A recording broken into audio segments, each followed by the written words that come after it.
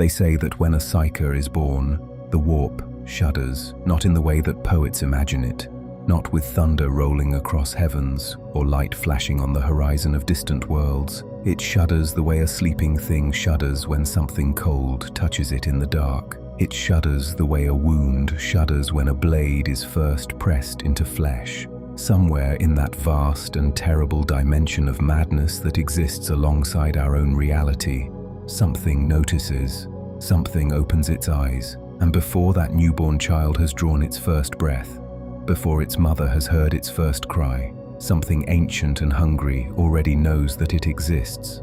My name was Theodan Voss. I say was, because the creature writing these words is no longer entirely the boy who was born in a mid-hive manufactorum district on the world of Caldris Secundus, 63 years before the black ships came for him. I am what remains after the fires of Holy Terra have burned away everything that was unnecessary, everything that was weak, everything that was human in the way that ordinary people understand that word. What is left is useful. What is left serves the Imperium. What is left will continue to serve until the last ember of consciousness finally gutters out and the warp claims whatever survives of me. This is the story of my life. It is not a story of glory. It is not a story of heroism. Those are the stories they tell about space marines and lord commanders and the blessed sisters of battle who burn heretics in the name of the God Emperor. My story is the story of what it costs to keep those stories possible. My story is the price paid in blood and sanity and stolen years so that the Astronomican can burn bright enough to guide the fleets across the void, so that the astropaths can scream their desperate messages from world to world across distances that would drive ordinary minds to madness, so that the Emperor, entombed in his golden prison on Holy Terra, can continue to hold the darkness back for one more day. I was born different. I have always been born different. Every Psyker in the 10,000 years of the Imperium of Man has been born different, and not one of us has ever been thanked for it. The first sign came when I was 4 years old.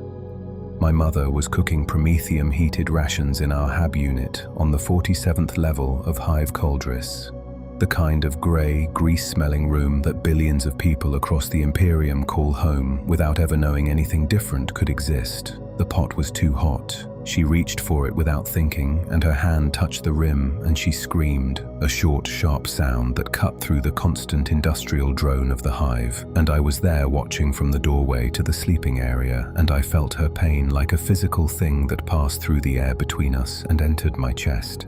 And the pot flew off the stove. It hit the far wall hard enough to dent the pressed rockcrete, and boiling liquid splashed across the room, and my mother stood staring at me with an expression I was 4 years old and already old enough to recognize as terror. She did not look at the pot. She did not look at the wall or the mess spreading across the floor. She looked at me, only at me. Her burned hand forgotten at her side, her eyes wide and white around the edges. And I remember thinking, with the peculiarly sharp clarity that small children sometimes have, that I had done something I could not undo. That something between her and me had cracked, and no amount of time or good behavior would ever seal it shut again. She did not tell my father that night. She did not tell him for 3 months.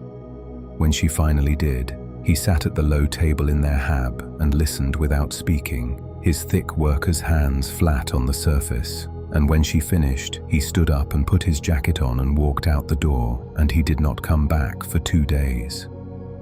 When he returned, he never mentioned it. He never mentioned any of it again. He looked at me differently from that point on.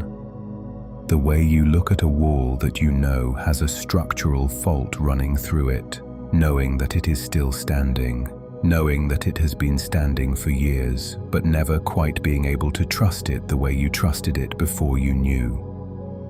I learned very quickly to hide what I was.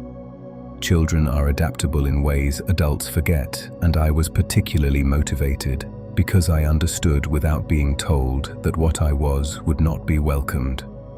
In the hive, in the manufactorum district, in the Underhive taverns where my father drank on shift end, the word Psyker was not spoken the way you speak an ordinary word. It was spoken the way you speak a curse, the way you speak the name of a disease, with a kind of reflexive revulsion that went beyond mere cultural conditioning into something that felt almost like instinct, as though the human species had learned somewhere in its long and bloody evolution to fear what we were the same way it learned to fear fire and falling. I learned to keep the headaches secret. I learned to press my palms against my temples in dark corners where no one could see, when the pressure built behind my eyes and the warp pushed against the inside of my skull, the way water pushes against a cracked dam. I learned to blink the light away quickly, the faint golden shimmer that sometimes appeared at the edges of my vision when I was frightened or angry, visible I was certain to anyone paying attention. I learned to clench my hands into fists inside my pockets when objects near me began to rattle slightly, when the metal parts of the machinery around me in the manufactorum where I worked from the age of 7 began to vibrate with a frequency that had no mechanical explanation. I learned to be very still, very quiet, very careful, and for a long time, it was enough. The Hive had its own psychic signature, though I would not have described it that way as a child. Every city of sufficient density does. Billions of human consciousnesses packed together, dreaming and fearing and wanting and suffering, generate a kind of psychic pressure that manifests in ways that even ordinary people can sometimes sense, though they rarely understand what they are sensing. Caldris Secundus was a particularly miserable world, which meant its psychic signature was particularly dark. The Underhive was worse. Down there, below the 40th level, where the lumens ran at 1/3 of their rated brightness and the air tasted of recycled sewage and promethium exhaust, the warp felt close. Not close in the way it feels when a chaos incursion is happening, nothing that dramatic. Close the way a fever feels close, the way delirium feels close, a constant low-grade wrongness that settled into the bones after long enough and made everyone who lived there slightly worse than they might otherwise have been. For me, it was different. For me, the warp was not something felt distantly through the insulation of normality. It was something that breathed against the back of my neck constantly, something that whispered at the edges of my thoughts. Not in words I could understand, not usually, but in feelings, in impressions, in the sudden certain knowledge that the woman passing me in the corridor was going to fall ill within 3 days, and the equally sudden certain knowledge that I must never, under any circumstances, tell her. In the flicker of awareness when I walked past a door that something terrible had once happened behind it. In the hollow, sick feeling when I shook a man's hand and understood, without knowing how I understood, that he intended harm to someone I cared about. None of these things made me powerful. I want to be clear about that, because there is a tendency among people who have never met a Psyker to imagine that our gifts make us something exceptional and grand, like the battle Psykers of the Space Marine Librarium, who call down lightning and shatter the minds of demons with their bare will. Most of us are not like that. Most of us are simply people who can sense things we should not be able to sense, who occasionally move things without touching them, who dream too vividly and wake screaming from visions that turn out to be true 3 days later. Most of us are simply people with a hole in the wall between ourselves and something vast and hungry and utterly indifferent to our well-being. The hole gets bigger over time. That is the part they do not tell you about in the Imperial primers, in the rare and carefully sanitized accounts of psychic phenomena that the Adeptus Astra Telepathica permits to circulate among the general population. They tell you psychers are dangerous. They tell you to report anyone who displays signs of psychic ability to the nearest Arbeits precinct or administratum office. They tell you that unsanctioned psychers invite the corruption of chaos and the predation of warp entities. All of this is true. What they do not tell you is that the hole opens slowly, and that the opening is not something you choose, and that every year it grows wider, and the things that push at it from the other side grow bolder, and there is absolutely nothing you can do to stop it. By my 12th year, the headaches had become something else entirely. Not pain in the ordinary sense, but a kind of internal pressure that felt as though my skull was slowly being reshaped from the inside, as though something were pressing outward against bone and grey matter and sanity with patient, implacable force. The visions had intensified from vague impressions to full sensory experiences that arrived without warning, sometimes in the middle of a shift on the manufactorum floor, sometimes in the moments between waking and sleeping, and occasionally during sleep itself in ways that left me paralyzed for minutes at a time, locked in a body that refused to obey while my mind was somewhere else entirely. I saw things. Not just the small personal futures and private shames of the people around me. I saw larger things. I saw the void. I saw the darkness between stars that is not empty, that is never empty, that is full of things that think and hunger and reach. I saw a light burning at the center of the galaxy, a lighthouse impossibly vast, impossibly bright, burning with a light that was also pain, also sacrifice, also the continuous slow destruction of something that had once been human. I did not know what I was seeing. I would not know for many years. But I felt it pulling at me the way a drain pulls at water, a constant, subtle, insistent drawing towards something enormous and terrible and unavoidable. My father caught me one night on the floor of the sleeping chamber. I had collapsed without warning, my body rigid, my eyes wide and turned fully white, both hands pressed flat against the rockcrete floor as though I were trying to keep something from coming through it. He stood in the doorway for a long moment looking at me, and I could not see his face because I was somewhere else. But I felt his fear the way you feel heat from an open furnace, radiating off him in waves. When I came back, he was kneeling beside me. He did not touch me. He held his hands 6 inches from my shoulders and looked at me with an expression I have thought about many times since and never been able to adequately name. He reported me to the Arbites the following morning. I do not blame him for this. I have never blamed him for this. What he did was exactly what the Imperium expected him to do, exactly what every loyal citizen of the God Emperor is instructed to do when they discover a Psyker in their midst. He was frightened, and he did the frightened human thing, which is to call for help from the institution that society provides for exactly this purpose. He could not have known what it meant for me. I doubt it would have changed his decision if he had. The Arbites came that afternoon. 3 of them in full carapace armor with shock mauls at their belts, which was standard for any building search on the 47th level. They did not knock. They scanned the door lock with an override device and walked in as though the hab belonged to them, which in the eyes of the Imperium, I suppose it did. My mother was there. She had known they were coming somehow, or perhaps she had simply felt the shape of what was about to happen, the way any mother might feel it if she is paying attention to the things that matter. She was standing by the stove when they came in, and she did not look at the Arbites when they entered. She looked at me, standing in the middle of the floor in my shift worker's coveralls, and her expression was the one she had worn the day the pot flew off the stove, that expression of cracked open terror, but threaded now with something else, grief perhaps, or resignation. I did not run.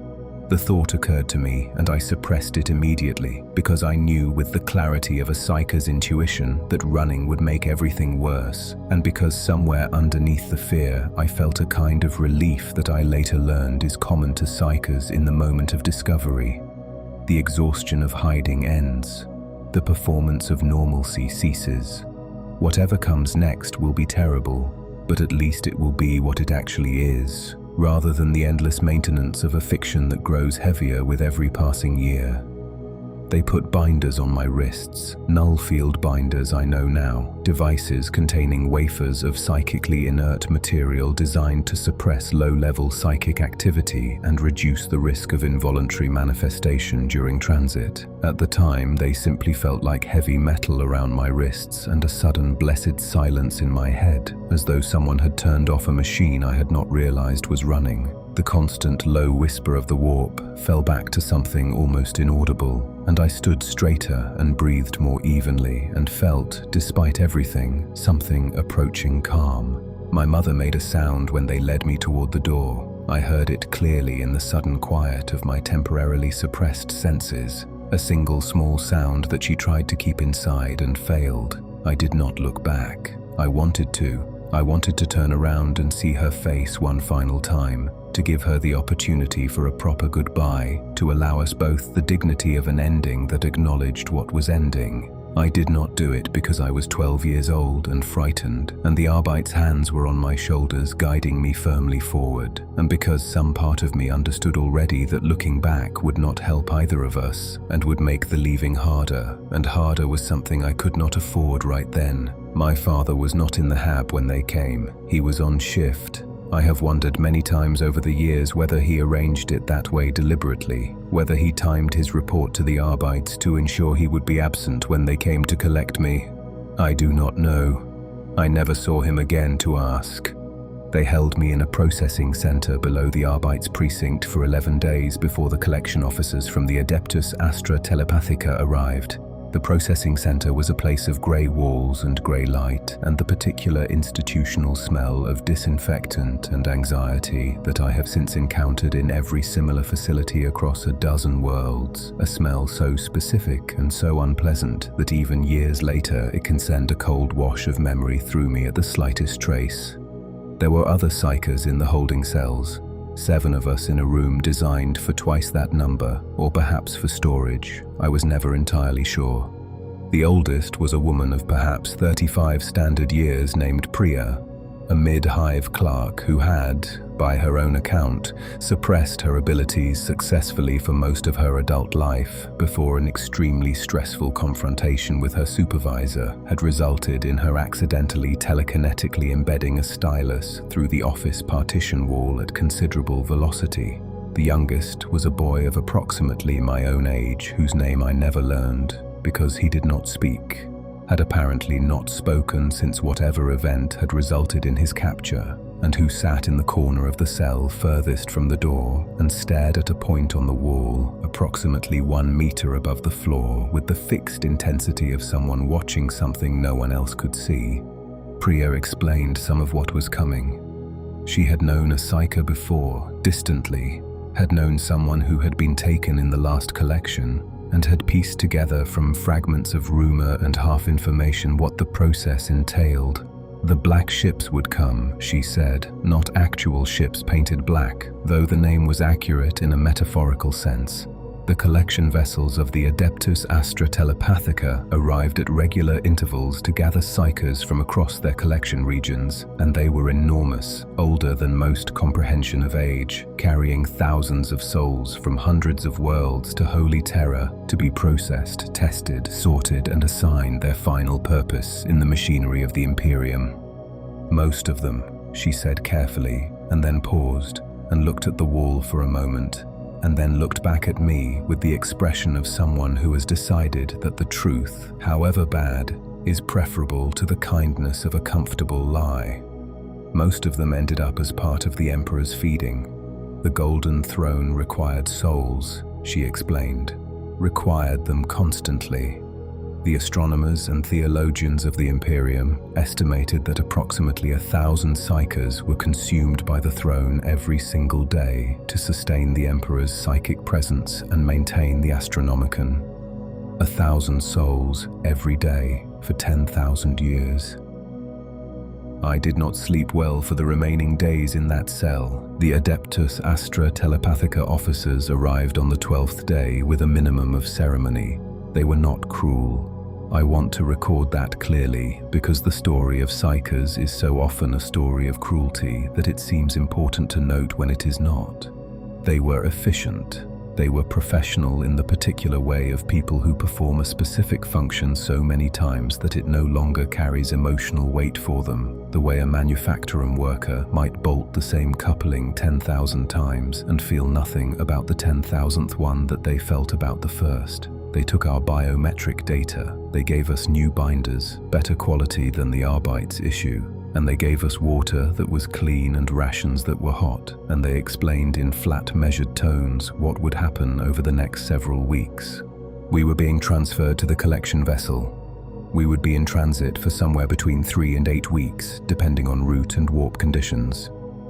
During transit, we would be housed in segregated quarters, supervised at all times, and kept in minimal suppression conditions, meaning the null field binders would reduce but not entirely eliminate our psychic sensitivity. This was, we were told, for our own safety as much as for the safety of the ship's crew. An unsuppressed psyker in the warp is something the officers described as a significant risk factor, with the particular tone of professional understatement that told me it was actually much worse than that. The collection vessel was named the Void's Testimony, and it was old. Old in the way that only Imperial vessels can be old. Centuries upon centuries of service having left their marks on every surface, on every corridor, in the particular grinding sound of the life support machinery and the way the lights flickered at irregular intervals that the crew had apparently stopped noticing generations ago. It was enormous. I understood this intellectually before I saw it, understood from the scale of the shuttle bay we boarded, from that we were approaching something very large. But the first actual sight of it, hanging in the void above Caldris Secundus, was something my 12-year-old mind simply could not process in any meaningful way. It was like seeing a city from outside. Not a small city, a hive. The kind of hive that has been growing for 3,000 years and now occupies an area the size of a continent. It was dark grey and scarred and studded with weapon emplacements and sensor arrays and the 1,000 other projections and additions and modifications that accumulate on a warship over centuries of use, and it was lit from within in a way that gave it the appearance of something alive, breathing slowly in the void, patient and enormous and utterly indifferent to the small shuttle approaching its intake bay. We were sorted on boarding. The collection officers had assessment equipment that I did not recognize and could not name, devices that they passed over us in sequence and consulted in ways that resulted in us being placed in different groups. I was placed in a group of 12 that I later understood represented what the Telepathica assessors categorized as gamma-level potential or above. This was not, as I initially imagined, a good thing. It simply meant that we were being kept separate from the larger group of lower potential psychers for reasons that became clear only gradually over the following weeks. The quarters assigned to our group were small and bare and bolted to the inner hull of the vessel in a section that throbbed constantly with the sound of nearby engines. We had cots, sealed water dispensers, a shared sanitation unit, and a viewport the size of a hand-pressed flat that looked out at the void and showed nothing for the first several days while we were still in the Caldris system. I spent a great deal of time looking through that viewport. The void is very calming for a psyker. There is nothing out there to read. No emotions pressing in from unseen people. No traces of old violence soaked into walls and floors. No living minds radiating their fears and desires into the ambient psychic field. The void is simply empty, and empty is restful, and restful was something I had not been in a very long time.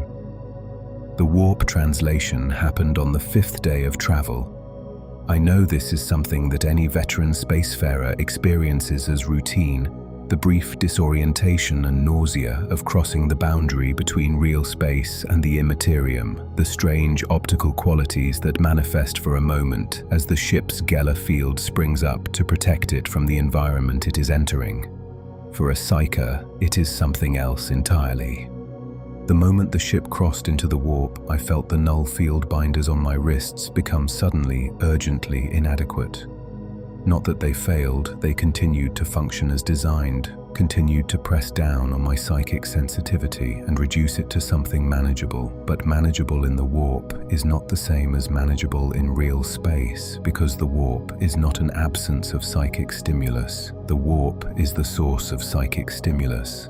The warp is the dimension from which all psychic power derives, the sea from which every psyker draws their abilities, and when you enter it even heavily suppressed, even with null field technology doing its best to insulate you, you feel it the way you feel the heat of a furnace, even through heavy protective clothing.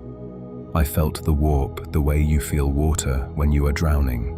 I felt it all around the ship's Geller field, pressing against the bubble of protective reality that kept us alive in there. And I felt through that field the vast, churning architecture of the immaterium, not its details. The Geller field and the binders prevented that, but its quality, its nature. The warp has a temperature, not in the physical sense, but it has an emotional temperature, a quality that I can only describe as mood, and the mood of the warp in that place at that time was hunger. Patient and vast and utterly impersonal hunger. The way the ocean is hungry, the way a storm is hungry, without cruelty or malice, simply with the blind consuming need of something that exists to absorb whatever enters it. Several of the other psykers in our group were sick immediately, not from motion sickness or any physical cause, though the symptoms resembled it. They were sick from psychic overload, their partially suppressed senses slamming against the boundary of the Geller field over and over like moths against a luminator, unable to look away from the vast and terrible light they could feel just beyond the membrane of protection separating them from it. I was sick myself for most of the first 2 days. A deep, bone-level nausea that no amount of the antiemetics the medics provided could fully address, because it was not coming from my stomach, but from something deeper than any organ, from whatever part of a human being is most essentially human, which recognized what was surrounding it and reacted with a horror that bypassed all rational thought. By the 3rd day in the warp, I had reached a kind of accommodation with it. This, I would later learn, was a sign of the strength of my potential. Lower-rated psykers never quite stopped being sick in the warp, never quite stopped fighting the ambient psychic pressure of the immaterium. But those of us with stronger potential adapted faster because our sensitivity to the warp was simultaneously what made us most vulnerable to it, and what eventually allowed us to find a kind of equilibrium within it, the way a very strong swimmer can find their rhythm in rough water, where a weaker swimmer can only thrash. By the 3rd day in the warp, I had reached a kind of accommodation with it. This, I would later learn, was a sign of the strength of my potential. Lower-rated psykers never quite stopped being sick in the warp, never quite stopped fighting the ambient psychic pressure of the immaterium. But those of us with stronger potential adapted faster, because our sensitivity to the warp was simultaneously what made us most vulnerable to it, and what eventually allowed us to find a kind of equilibrium within it, the way a very strong swimmer can find their rhythm in rough water, where a weaker swimmer can only thrash. The other effect of the warp that I did not anticipate, and which the collection officers had not specifically briefed us on, was the acceleration of psychic sensitivity that came from extended immersion in the immaterium, even through the Geller field and the null binders. The warp feeds what it touches, not in the crude way of a predator consuming prey, though that image is not entirely wrong, but in the way that an environment of intense stimulus develops the senses that are tuned to receive it. The 6 weeks in the warp that brought me to Terra left me measurably more sensitive than I had been when I boarded the Void's testimony. This was not comfortable. A 12-year-old who was already struggling to manage the ambient psychic input of a hive city did not benefit from having that sensitivity sharpened by 6 weeks of sustained exposure to the source of all psychic phenomenon. But it was apparently expected and not considered a problem by the collection officers who monitored our state throughout the voyage, which I noted carefully and filed with the growing collection of things that the people managing this process knew and considered normal, and that I was learning by experience rather than being told.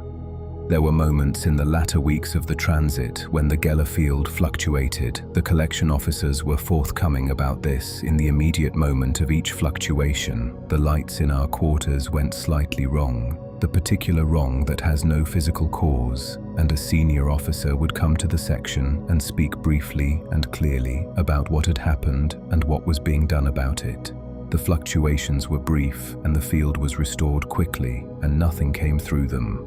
But in the moments of fluctuation, I felt the warp without any mediation at all, felt it with a completeness that lasted only seconds and that I spent years afterward trying to find adequate words for. The closest I have is this: the warp in an unmediated moment is not something you experience, it is something you become part of, briefly and involuntarily, the boundary between your consciousness and the surrounding immaterium dissolving with the Geller field, and your mind suddenly being as continuous with the warp as the ship's hull suddenly is with vacuum when the hull breaches. It is simultaneously everything and nothing, presence so total it negates the concept of individual experience, and it lasts seconds before the Geller field restores and the boundary slams back into place, and you are yourself again, sitting on a cot in a cargo hold, pressing both hands hard against the floor to confirm that the floor is there. Allah wept during the first fluctuation, not loudly, quietly, with the controlled containment of a child who has learned not to make noise when she is frightened. I sat beside her and said nothing because there was nothing useful to say, and after a while the weeping stopped and she leaned against me in the way that very small people lean against larger ones when proximity is the only comfort available, and we sat like that until the collection officer had finished his brief and left, and the lights in the hold had returned to their normal hue and the wrongness had passed. I spent the days in the warp watching the other members of my group and thinking about Priya's words. The boy who did not speak had been placed in a lower potential group, and I did not see him again. Of my 12 companions in the Gamma and above section, 3 were adults, the rest children ranging in age from approximately 7 to 16 standard years. The youngest was a girl of 7 whose name was Ayla, who had been collected from an agri-world and who was small and quiet and clung to the other children with the specific desperate need of someone who has been transported far from everything familiar and does not yet have the emotional vocabulary to express what that loss means to them. I watched over Allah during the voyage without being asked to. I do not know why. Perhaps the Psyker's empathic sensitivity was responsible. The constant awareness of her distress pressing against my own senses was enough to generate a protective response. Perhaps it was simply that she was 7 years old and frightened, and someone needed to do it. I sat with her during the meal periods and explained, in the simplified and carefully optimistic terms that seemed appropriate to her age, what was happening to us and where we were going. I told her about Holy Terra. I told her about the Emperor. I told her the story of the Great Crusade, the way I had learned it in the Imperial primers at the Hive Scholar, the version where the Emperor is the father of all mankind, and the light of the Astronomican is his gift to guide us through the darkness. I believed it then.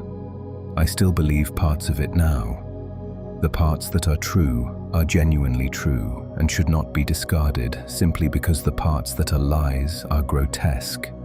The Emperor is real. The Astronomican is real. The light does guide us through the darkness. What the primers do not mention is what that light costs, and who pays for it, and whether the people paying were given any meaningful choice in the matter. The journey took 6 weeks and 3 days. When the ship finally dropped back into real space, the viewport in our quarters showed nothing immediately recognizable. Just stars in their unchanging patterns, and the distant suggestion of something very bright that I initially took for a nearby sun. It was not until one of the adult psychers in our group, a former medici officer from a forge world who had more experience with star charts than the rest of us, pressed his face against the viewport beside mine and breathed a very quiet word that I understood what I was looking at. "Terra," he said. "Holy Terra." And even through the viewport, even at this distance, even with the null field binders still pressing down on my senses and the warp sickness still not entirely cleared from my system, I felt something.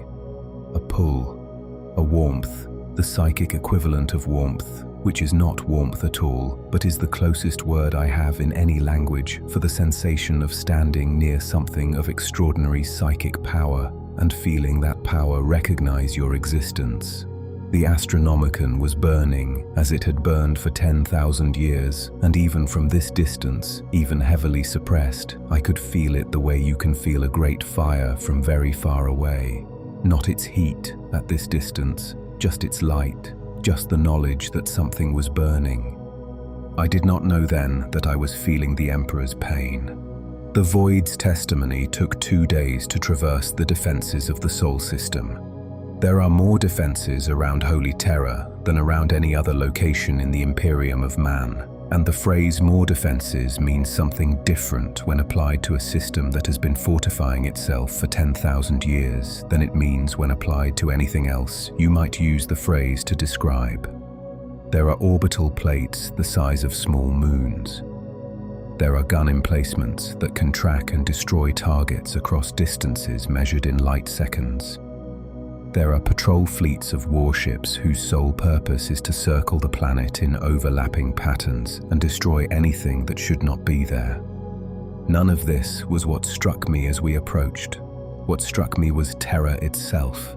From orbit, Holy Terra is not beautiful. I want to record that clearly, because there is a tendency in imperial literature to describe the homeworld of humanity in terms of reverence and awe, as though the mere sight of it from space should fill the observer with transcendent wonder. Terra from orbit is a wound.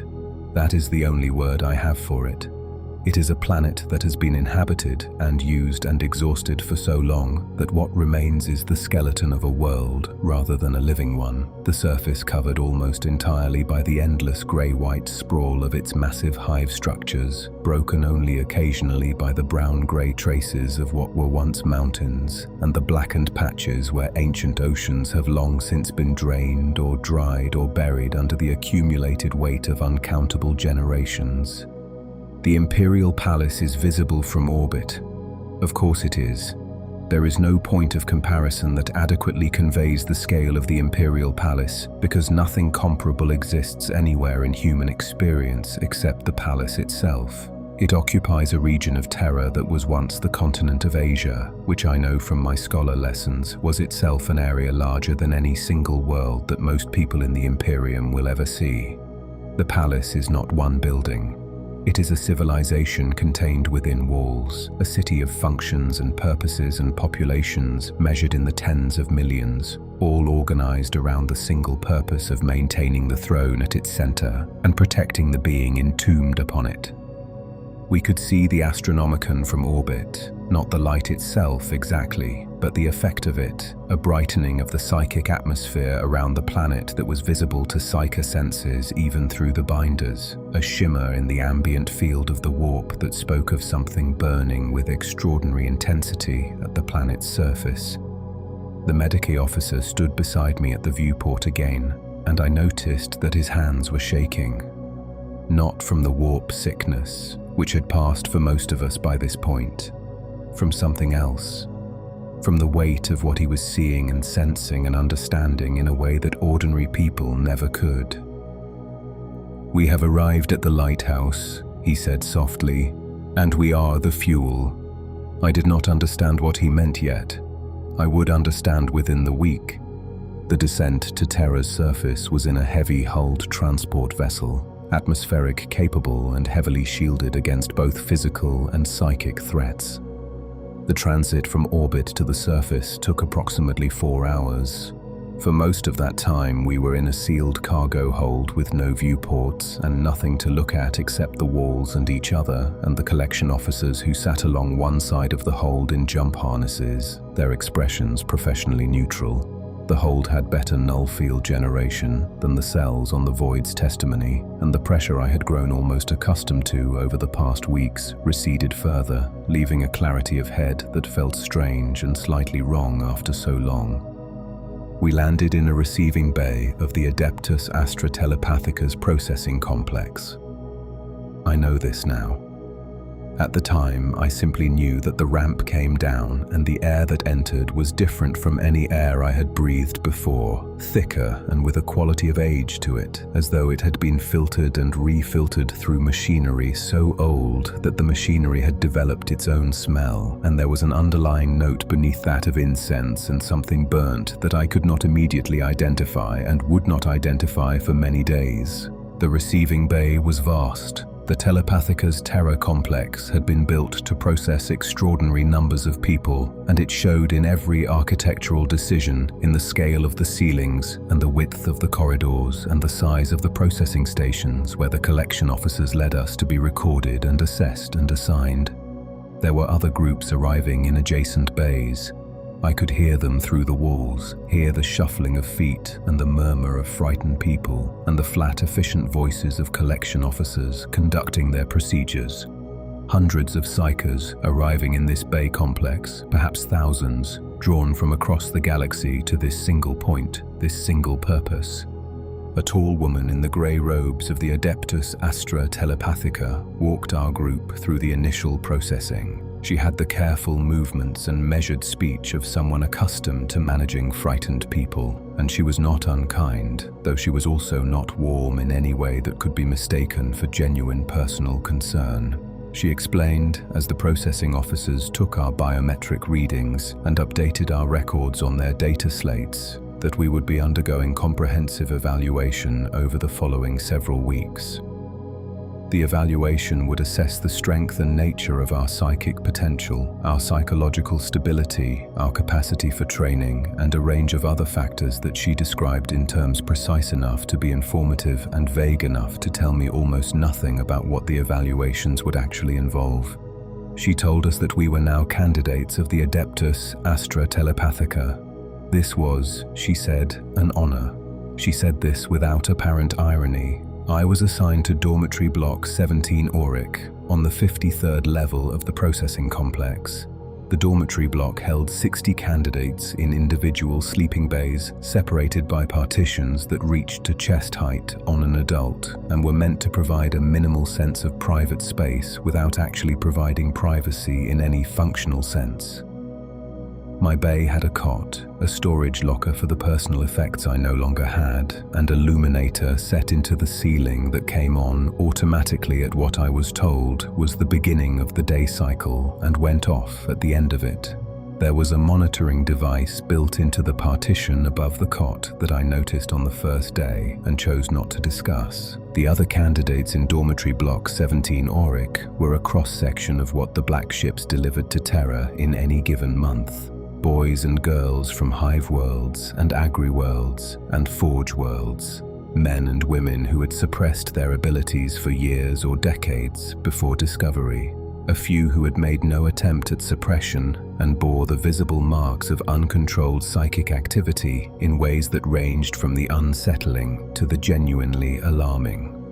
One elderly man from a feudal world who spoke a dialect so archaic that even the translation programs the collection officers carried struggled with it, and who spent his first 3 days in the dormitory performing elaborate ritual gestures that I eventually recognized as warding signs against the evil eye.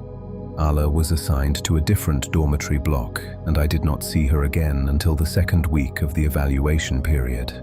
By that time, she had attached herself to an older girl from a desert agri world who seemed to be coping reasonably well with the situation, and she looked at me when we passed in one of the processing corridors with an expression that was still frightened but no longer quite as lost as it had been. I nodded to her. She nodded back. It was not much, but it was the kind of small acknowledgement that matters a great deal when everything familiar has been removed from your life and what has replaced it is enormous and grey and smells of incense and old machinery. The evaluation process was not pleasant. I say this not to complain about it, but simply to record what it was accurately, because accurate records of what happens to Psykers on Holy Terra are not something the Imperium makes any effort to produce for general circulation, and I have been given permission, in this period of my life, when permission means something other than what it once meant, to record what I know. The evaluation was designed to assess us precisely and efficiently, and precision and efficiency in this context meant things that were frequently painful, often frightening, and occasionally genuinely dangerous to the subjects being evaluated. The first stage was physical. Medical assessment teams moved through the dormitory blocks in rotation, running every candidate through a battery of tests that covered basic physiological function, genetic markers associated with psychic potential, neurological measurements that the medical officers described in terms I did not understand and was not invited to ask about, and a full scan of the candidate's psychic imprint, which required removing the null field binders for a period of approximately 20 minutes. Those 20 minutes were the first time since the Arbites had put the initial binders on me that I had been fully exposed in a relatively quiet environment. Relatively quiet being a term that must be understood in context, because the processing complex of the Adeptus Astra Telepathica is never actually quiet in the psychic sense, not with hundreds or thousands of Psykers at various stages of suppression and evaluation present within its walls at any given time, but compared to the ambient psychic noise of the Void's testimony and the crushing immaterium pressure of the warp passage and the overwhelming assault of arriving at a planet with the Astronomican burning at its heart, the processing complex at midday was relatively quiet. For 20 minutes, I stood in the center of a sealed assessment chamber with 4 Telepathica officers watching me from behind a screen of translucent material that I understood was warp-resistant glass, and I felt the room. I felt it the way a person who has been wearing heavy gloves suddenly feels the air on their bare hands, with a sensitivity that was both relief and discomfort in equal measure. Every texture and temperature suddenly available to the skin in a way that the gloves had prevented. The room had been used for this assessment for years. The psychic traces of hundreds of previous candidates lingered in the walls and floor, a palimpsest of fear and hope and resignation, and the occasional violent emotion that had not been fully controlled, leaving scorch marks on the walls that the Telepathica officers had stopped repairing.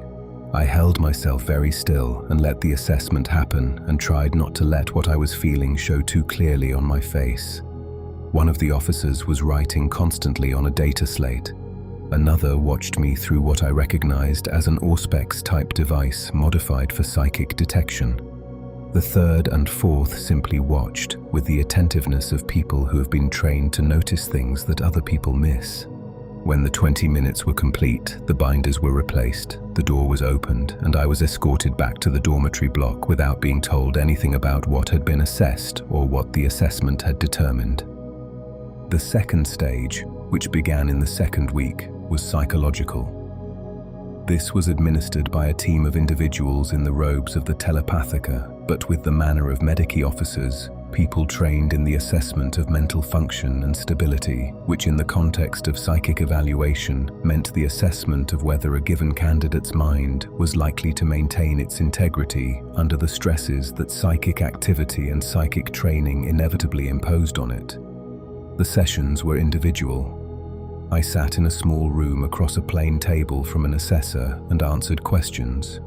The questions were thorough and seemed designed to probe simultaneously for what I knew about myself, what I was willing to admit, and what I was suppressing or distorting. I answered as honestly as I could. Lying seemed both impractical and pointless. The assessors had psychic detection equipment and the training to use it.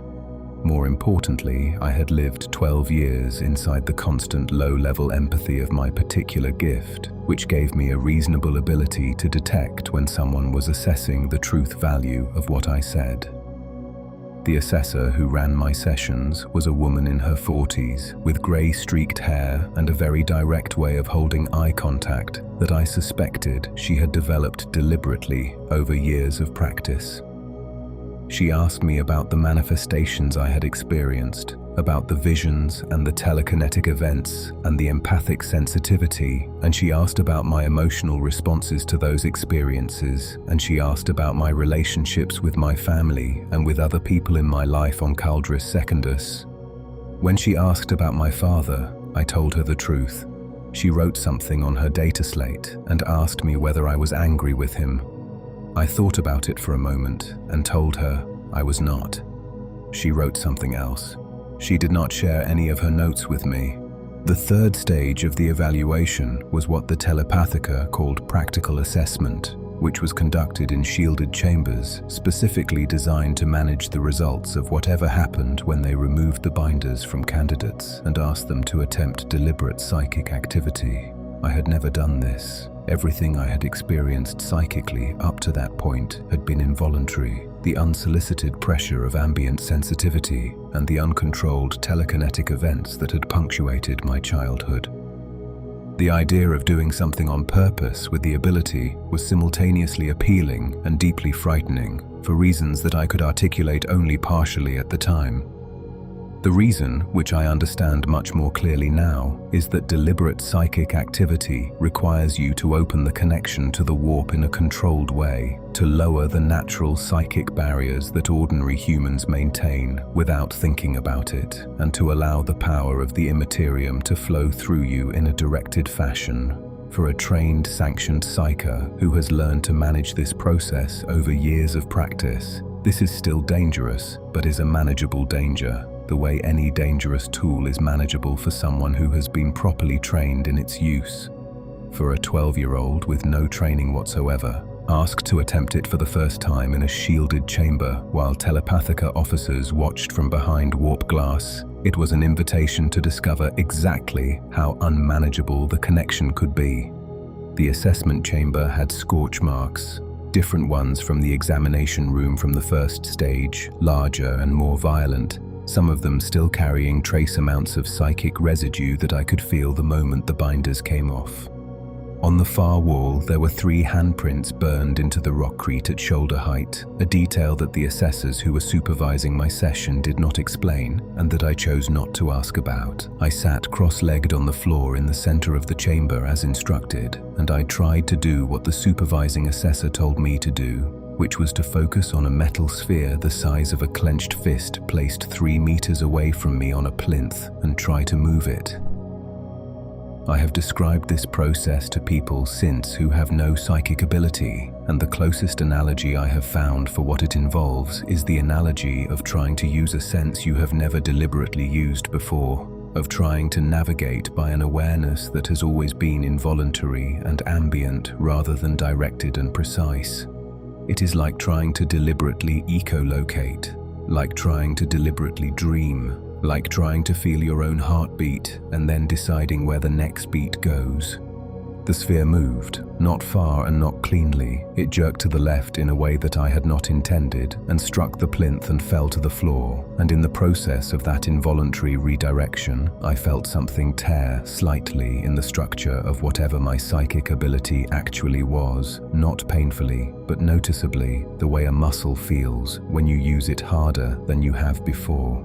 And I felt the warp. Felt it in a way that was different from the ambient sensation of existing near it. Felt it as a response to the reaching I had done. Felt something in the immaterium turn toward me the way an animal turns when it hears a sound, with the focused attention of something that had noticed I was trying to draw on it. I pulled back immediately. The binders went back on. The assessors made notes. The session was over. That small reaching had consequences that took me 3 days to fully experience. Psychic exertion of even the most minimal kind leaves traces in the warp, and traces attract attention, and attention in the warp is not attention in the way we use the word in ordinary experience. Attention in the warp is a kind of intent, and intent shapes and redirects the ambient energies of the immaterium in ways that can have consequences for a Psyker, whether they want those consequences or not. For 3 nights after the practical assessment session, I dreamed in a way that was different from ordinary dreaming, dreamed with the particular vivid wrongness of warp-influenced sleep, and in those dreams I was not quite alone. Nothing touched me in those dreams, nothing spoke to me clearly, but there was a presence at the edge of them, something that sat at the periphery of the dream space the way a figure might sit at the edge of your vision, visible when you did not look at it directly and vanishing when you turned. I told the psychological assessor about this at our next session. She made a note of it with the expression of someone who had been told this before, many times before, and she adjusted something on the analysis equipment in the room and asked me to continue describing the dreams in as much detail as I could. At the end of the 4th week, the evaluation results were compiled, and I was summoned to a small room off the main administrative corridor of the processing complex and told the outcome by a senior Telepathica officer in the formal grey and silver of their administrative ranks. He was a middle-aged man with the look of someone who had spent most of his career behind a desk performing exactly this function, and he delivered his assessment in the tone of measured professionalism that the Telepathica seemed to cultivate in all of its officers as a matter of institutional policy. I had been assessed at Epsilon grade potential, the officer told me. This was the highest tier in the Telepathica's formal classification system, reserved for candidates who demonstrated psychic abilities of extraordinary strength and scope. It was also the grade associated with the highest risk of warp exposure and psychic instability. He said both of these things in the same tone, with the same weight, as though they were equivalent facts deserving equal attention, which I understood later was precisely what he intended. There were, he continued, 3 primary assignments available for Epsilon grade candidates of sufficient stability and health. The first was training as a sanctioned Psyker for Imperial Guard or other military service, which utilized the candidate's abilities directly in combat or support contexts. The second was integration into the Adeptus Astra Telepathica's Astropath Corps, which required the soul-binding procedure and resulted in the candidate serving as a long-range psychic communicator. The third was assignment to the Astronomican choir, which required a different procedure and resulted in the candidate serving as a component of the great psychic beacon that guided Imperial ships through the warp. He said all 3 options neutrally. He did not recommend any of them. He did not, I noticed, describe any of them as optional in a way that invited me to choose among them. I asked him what would happen to the candidates who were not Epsilon grade. He looked at me for a moment, and in that moment I felt, despite the binders, the slight shift in his emotional state that told me the question had landed somewhere near something he was accustomed to not discussing. He told me that candidates of lower potential grades were assessed for a variety of support roles within the Telepathica's wider structure, or assigned to units as low-level psychic support staff, or in some cases judged unsuitable for any active role, and assigned to the throne's requirements directly. The throne's requirements. He used those exact words, and I felt him using them deliberately, using the formal phrase as a way of naming the thing without describing it, because the formal phrase carried none of the weight of what it actually meant. I thought about Arla, 7 years old, from an agri-world, small and quiet and clinging. I thought about the elderly man from the feudal world and his warding gestures, and the boy who did not speak, and Priya from the processing center on Caldris Secundus, who had explained to me on my first night in that cell that most of the people on the black ships ended up as the Emperor's feeding.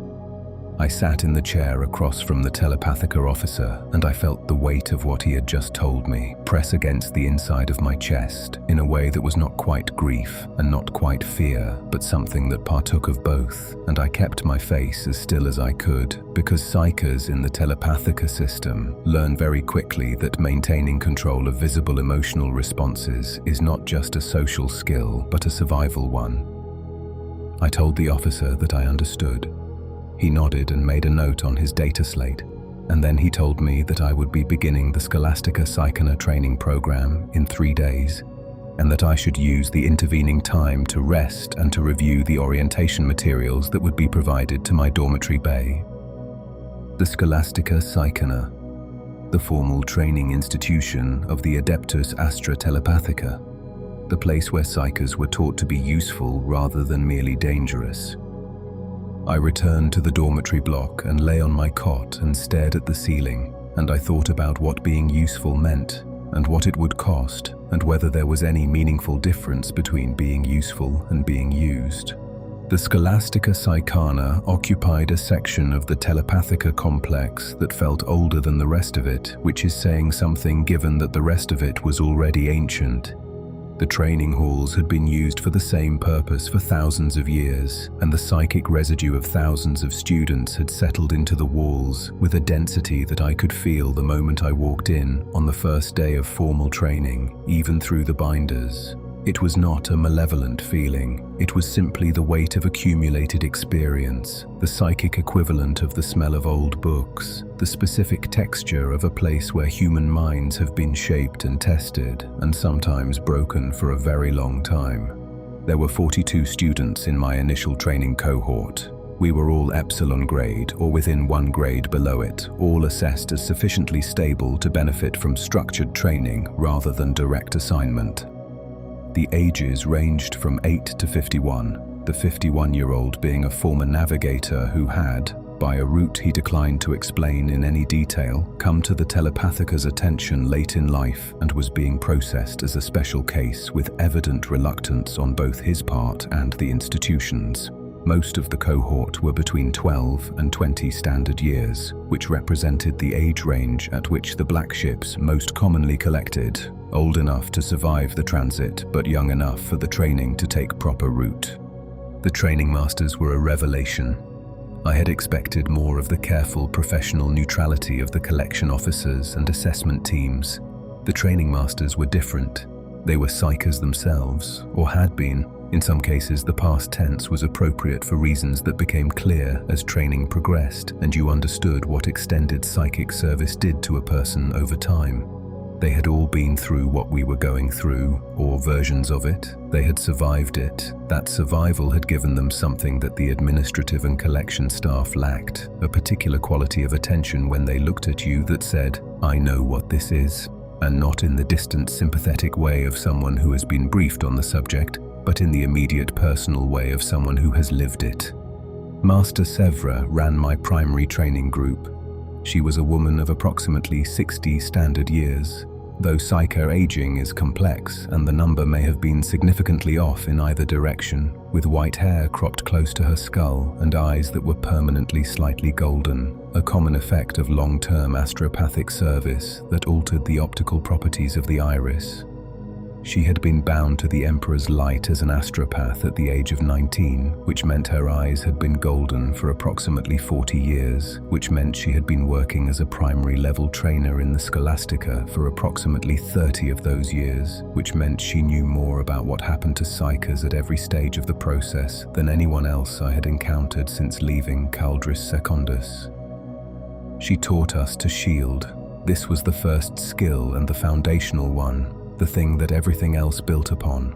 Shielding is the construction of psychic barriers in the mind, the deliberate strengthening of the natural walls between an individual consciousness and the warp, walls that all humans have to some degree and that psychers have in a perpetually compromised state due to the nature of their gift.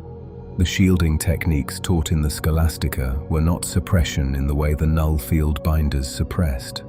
The binders worked by external application of psychically inert material that deadened the sensitivity of the wearer from outside. Shielding worked from inside by training the psycher's own mind to manage the aperture of their psychic openness, to expand it in controlled ways when using their abilities and contract it tightly when they needed to be safe. The difference, Master Sevra told us in one of the first formal teaching sessions, is the difference between wearing armor and being armor. The binders will protect you as long as you wear them and will fail if they are removed. The shielding will protect you as long as you maintain it and will fail only if you stop. Which of those failures is easier to prevent? This was a rhetorical question with an obvious answer, but the obvious answer concealed a difficult reality, which was that maintaining psychic shielding required constant attention, not the kind of attention that prevented you from doing other things. Once you were trained, it was more like breathing, something you did automatically at a background level of consciousness, while the foreground was occupied with other matters. But it was never truly automatic in the way that breathing is. It was never something your body did for you without any input from your mind. There was always the maintenance, always the low-level monitoring, always the readiness to reinforce the shielding if something pushed against it from outside. This was the condition of being a trained Psyker. This was the constant baseline state that replaced the normal person's experience of simply existing in the world without having to actively manage the boundaries of their mind. The binders came off in training sessions under careful supervision. The training chambers were heavily shielded, surrounded by layers of psychically inert material and Geller field generators maintained at low power, enough to dampen the ambient warp connection without entirely severing it, because the point was to teach us to work with our abilities in a controlled environment, not to simulate the experience of being in a null field. The transition from binders on to binders off was the moment that every training session pivoted on. The moment when 42 individual and unique psychic signatures suddenly expanded into the shielded space of the chamber and the ambient psychic level in the room approximately doubled. The first time I experienced this with full awareness and the beginning of shielding technique to apply, I sat in the training chamber with my hands flat on my knees and my eyes closed and felt the room fill up. It is difficult to describe this to someone who has never experienced it. The sensation of suddenly being aware of the emotional and psychic states of 42 other people in close proximity, all of whom were experiencing some version of the same thing I was experiencing. Fear in the room, like a physical substance, complex and varied, some of it familiar from my childhood experience of ambient empathy, but much of it sharper and more immediate because these were people whose suppression had just been removed rather than gradually eroded. Underneath the fear, there were other things, hope in some cases, determination in others, and in a few people who had been training longer than I had, a kind of focused calm that was both impressive and slightly alien when you encountered it in the middle of so much anxiety. I learned to build the walls.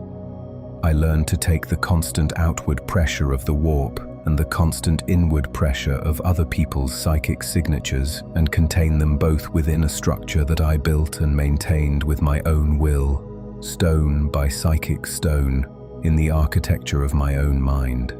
It took months. It was the hardest thing I had ever done, including the 6 weeks in the warp on the Void's testimony, including the discovery on Caldris Secundus, including every difficult thing my childhood had offered me for practice. The learning hurt. I want to be specific about this because the accounts of psychic training that circulate in the Imperium tend to either romanticize the process or ignore it entirely, and neither approach captures what it is actually like to spend 3 years learning to do something that your nervous system was built to experience as dangerous. Every time you open the connection deliberately, every time you let the warp energy flow through the carefully maintained channels of your trained ability, you are doing something that every deep instinct in the human body screams against. The body knows what the warp is. The body knows what proximity to it does, has known since long before humanity developed the words to describe what it knew. The body wants to run, to close, to seal every possible aperture and retreat to the center of itself and stay there. Training your body and mind to do the opposite of this, to open deliberately, to invite a controlled flow of something that every instinct identifies as threatening, to hold the walls precisely at the right height and maintain the channels at the right width, and prevent the flow from becoming either a trickle so weak as to be useless or a flood so strong as to be lethal. This is what the Scholastica Psykana taught over years of careful incremental practice. And it hurt because growth that runs against instinct always hurts, and because the warp does not gently teach you the consequences of mistakes. The warp teaches consequences immediately and completely. I saw 4 students leave the training cohort in the first year. 2 left because their psychic potential was reassessed downward and they were rerouted to lower intensity training programs. 1 left because he broke during a practical exercise in a way that the training masters could not repair within the Scholastica's resources, and which required specialized intervention from deeper within the Telepathica's structure. I do not know what happened to him afterward. The 4th left because she died in a training session 3 weeks before my first anniversary in the Scholastica. during an attempt at controlled astral projection that went wrong in a way that the training master present was unable to prevent. It was quick, in the sense that she was present and then she was not, that the life left her body in a way that had no dramatic external manifestation. She simply collapsed. The lights in the training chamber flickered once and went out, and when they came back on, she was on the floor and the training master was kneeling beside her with an expression that told me everything before anyone said a word. Her name was Yessa. She was 23 years old. She had been collected from a hab world in the Segmentum Obscurus, and she had had a particular gift for what the training masters called psychometric reading, the ability to extract information from physical objects by psychic contact that had been assessed as potentially very valuable to inquisitorial operations. She had been kind to the younger students in a matter-of-fact way that was not sentimental but was genuine, the kindness of someone who understood that kindness costs nothing and the alternative is simply adding to the sum of unnecessary difficulty in the world. Master Severa held a brief memorial in the training hall that evening. She said the words that were standard for these occasions, the ones that acknowledged the sacrifice, the service, the necessity. She said them with the precision of someone who had said them before, many times before, and who had not allowed the frequency of their repetition to hollow them out entirely, which was, I understood watching her, an act of will as disciplined as anything she taught us. I thought about Yessa for a long time after that. I thought about the fact that her death had been an accident during training for abilities that, had she lived and completed her training and been assigned to inquisitorial service, would have served the Imperium usefully for however many years her mind held together under the strain of active psychic service. I thought about the fact that the Imperium was built on this kind of mathematics, on the calculation that the usefulness of the survivors justified the loss of the ones who did not survive the process of becoming useful. I thought about whether I agreed with this calculation, and then I thought about whether agreeing or disagreeing with it had any effect whatsoever on my situation, and then I stopped thinking about it and went back to practicing my shielding. 2 more years in the Scholastica, 2 more years of training, of incremental progress, of learning the specific grammar of my particular psychic gifts and how to use them deliberately rather than having them use me. I developed, under Master Severa's careful guidance, a working telekinetic ability that was precise rather than powerful, capable of fine manipulation rather than gross force, which she told me was rarer and more useful than the reverse, and which would serve me in several of the assignment contexts being considered for me. I developed the empathic sensitivity into something that functioned more like genuine psychic reading, the ability to assess emotional states and surface thoughts with reasonable accuracy under controlled conditions. I developed the precognitive element of my gift into something that produced useful information rather than simply disturbing visions mostly.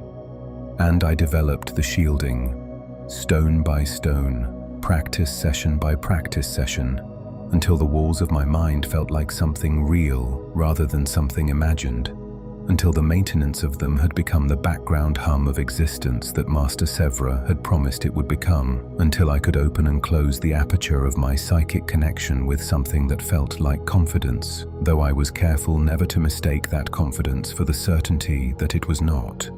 3 years in the Scholastica, and then the summons that I had known, with the particular certainty of a Psyker's intuition, was coming. The soul binding. Before the soul binding, they explained what it was. Not completely. Not in the way that would allow a full understanding of what you were consenting to, but more than nothing, which I understood was itself more than many candidates received. Master Severa sat with me in a private room off the main training hall on the evening before I was due to report to the binding chambers, and she told me what she knew from her own experience, which was considerable. The soul binding procedure, she said, was the process by which a Psyker was brought into direct contact with the Emperor's psychic presence, and their mind was restructured around that contact. The Emperor burned in the warp, the way the Astronomican burned in real space. which was to say that his psychic presence was of a scale and intensity that no unprotected human mind could survive direct exposure to, but a mind that had been prepared by years of training, that had built the shielding structures and developed the psychic discipline to manage controlled warp exposure, could be brought into careful and partial contact with that presence and survive it. The survival was not without cost. The soul binding burned away the Psyker's natural sight in almost all cases. The physical eyes remained, but the optic nerves were scoured by the experience in a way that severed the ordinary visual connection, while simultaneously opening a psychic perception that was in some respects more useful. Astropaths navigated and communicated by psychic sense. The loss of physical sight was, in theory, a reasonable exchange. In theory. The reality, she said, was more complex. The soul binding also left permanent marks on the mind that went beyond the loss of physical sight. The contact with the Emperor's consciousness, even the brief and carefully mediated contact of the binding procedure, was contact with something so much larger than a human mind that traces of it remained in you permanently afterward, restructuring your psychic sensitivity, altering the texture of how you experienced the warp and everything that came through it. For astropaths, this altered experience was primarily useful, enhancing the long-range communication abilities that astropaths were specifically trained to employ. For Astronomican choir members, the alteration was different and more total. She paused here, and I felt the careful weight of what she was about to say press against the shielding I had learned to maintain, coming through not as information, but as the emotional quality of information, the specific gravity of truth that a person does not want to deliver. The Astronomican choir, she told me, was not a posting in the way that astropathic service was a posting. Astropaths served for years, sometimes decades, before the accumulated strain of their abilities wore them down past the point of function, and they had lives in between the service, had duties and colleagues, and the human texture of existence that sustained people. The Astronomican choir was different. The choir was the mechanism by which the Astronomican burned, and the fuel of that mechanism was the psychic power of its members, drawn from them continuously rather than in discrete service sessions, burned through them the way fuel burns through an engine until there was nothing left to burn. Choir members lived for approximately 2 to 3 years after joining the choir. During that time, they were housed in the choir chambers of the Imperial Palace, fed and maintained by an army of functionaries whose entire purpose was to keep the members of the choir functional for as long as possible. They did not leave the choir chambers. They did not perform other duties. They sat in their positions in the vast psychic circuit of the choir, and they burned slowly and completely, the brightest of them burning more quickly because their power was drawn more heavily, the weaker ones lasting slightly longer because there was less of them to consume. And the Emperor sustained it all. The Emperor sat at the center of this circuit and drew from it what he needed to maintain the Astronomican, and what he needed was measured in thousands of souls per year. She told me this clearly and completely, and then she sat quietly for a moment while I processed it. I asked her whether I had been assigned to the choir or to astropathic service. She told me the decision had not been finalized. It would depend on a final assessment of my particular gift profile, on factors she did not fully know. She told me that she hoped it would be the astropathic service, and she said it with a feeling that came through the shielding as genuine. She told me that whatever happened I had done well, that my 3 years in the Scholastica had been remarkable by any reasonable measure, that I should be proud of what I had achieved. I told her I was not afraid. This was not entirely true, but it was true enough for the context. I had had 3 years to think about what was coming. 3 years of living inside the Telepathica complex on Holy Terra, surrounded by the ambient psychic weight of a world that burned with the Emperor's presence, watching the procession of candidates arrive and be assessed and sorted and assigned, watching my cohort diminish and change, and in some cases simply disappear into the further recesses of the Telepathica's structure without explanation. 3 years had been enough time to move through most of the stages of whatever the appropriate emotional response to this situation was, and arrive at something on the other side that was not acceptance. Exactly, because acceptance implies a kind of peace with the thing accepted, but was at least a functional accommodation with it. I was going to serve. I had always been going to serve. The question of whether I would serve for decades as an astropath or for 2 years as a choir member was significant in personal terms and irrelevant in cosmic ones. The Imperium needed Psykers the way it needed food and water and void fuel. The Astronomican needed souls the way it needed the Emperor at its center. These were the facts of the universe I had been born into, and the universe did not require my agreement in order to continue operating according to its own necessities. I thanked Master Severa for telling me.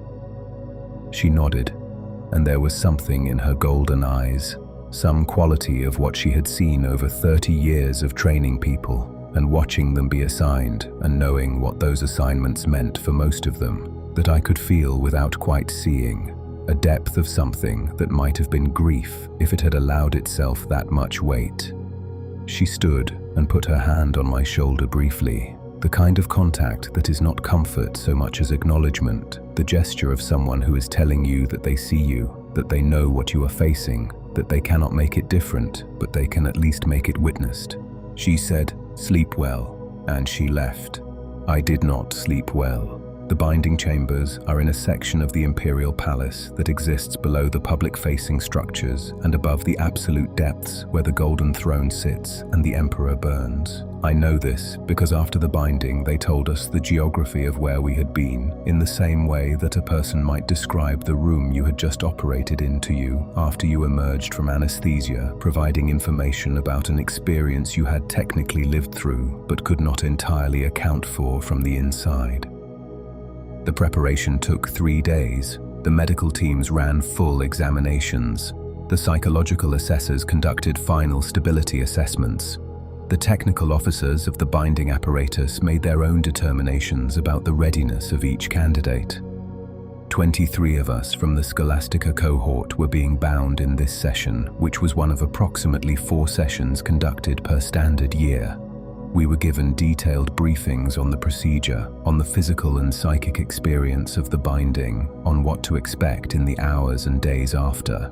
We were given the opportunity to perform whatever personal or spiritual rituals were meaningful to us in the period before the procedure. I spent most of those 3 days in the training hall.